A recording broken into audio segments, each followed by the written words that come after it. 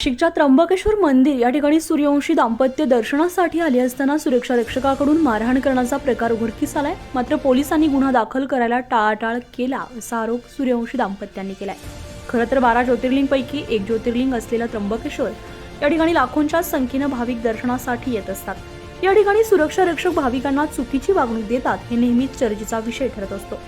मात्र विश्वस्तांकडून सावरासावरीचं काम सुरू असतं। तसेच सूर्यवंशी दाम्पत्य त्र्यंबकराजाचं दर्शन घेण्यासाठी आले असताना सुरक्षा रक्षकाकडून त्यांना मारहाण करण्याचा प्रकार उघडकीस आलाय। याबाबत त्यांनी त्र्यंबकेश्वर देवस्थानकडे विचारणा केली असता त्यांच्यासोबत अरेरावीची भाषा वापरण्यात आली। तसेच तुम्हाला काय करायचं ते करा असं उत्तर आल्यानंतर त्यांनी पोलीस ठाणे गाठले। मात्र तरी देखील पोलिसांनी दखल घेतली नाही। मग आमदारांचा फोन आल्यानंतर पोलिसांनी केवळ तक्रार अर्ज त्यांच्याकडून घेतलाय। देशभरातून लाखो भाविक त्र्यंबकेश्वर चरणी लीन होण्यासाठी येत असतात। मात्र त्यांना अशा प्रकारे वागणूक मिळत असल्यामुळे भाविकांमध्ये मोठ्या प्रमाणात नाराजी दिसून येते। या संपूर्ण घटनेचा सविस्तर आढावा घेतलाय न्यूज वर्ल्ड मराठीचे प्रतिनिधी प्रकाश धुर्वे यांनी। पाहूयात। 12 ज्योतिर्लिंगपैकी एक ज्योतिर्लिंग असलेलं नाशिकचं त्र्यंबकेश्वर, या त्र्यंबकेश्वरचं दर्शन घेण्यासाठी राज्यभरातून भाविक लाखोच्या संख्येने या ठिकाणी येत असतात।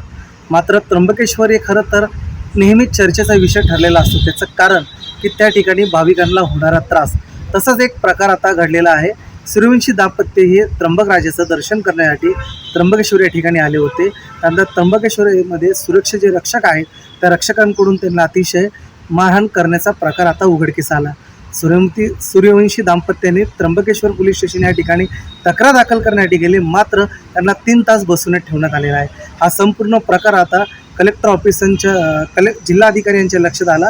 जिल्हाधिकारी यांनी त्या ठिकाणी संपूर्ण पाहणी केली आणि पाहणी केल्यानंतर त्यांनी कारवाई करू असे आश्वासन दिले। मात्र आता या सुरक्षा रक्षकांवर नेमकं विश्वस्त आणि त्र्यंबकेश्वर पोलीस स्टेशन काय कारवाई करेल याकडे भाविकांचं देखील लक्ष लागलेलं आहे। न्यूज वर्ल्ड मराठीसाठी प्रकाश धुर्वे, नाशिक।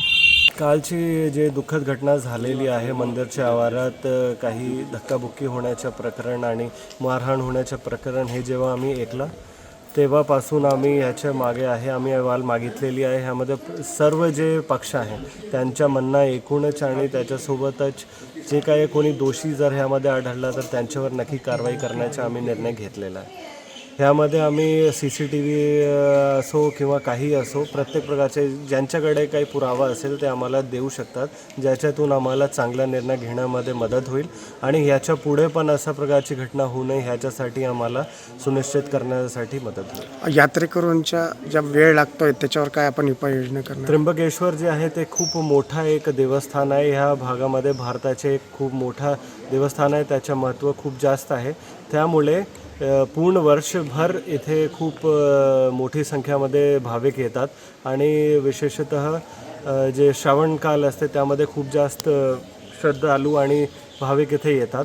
तर त्यांची व्यवस्था करण्यासाठी की त्यांना कमी ते कमी कसा वेळ लागेल त्यांचे दर्शनासाठी, त्याचं नियोजनसुद्धा आज आम्ही बैठकीमार्फत केलेलं आहे। बरेचसे विषय आहे ज्यामध्ये आम्ही आज निर्णय घेतलेला आहे आणि येणाऱ्या कालामध्ये त्याच्यावर आता निर्णय जे आहे त्याची अंमलबजावणी सुरू होईल।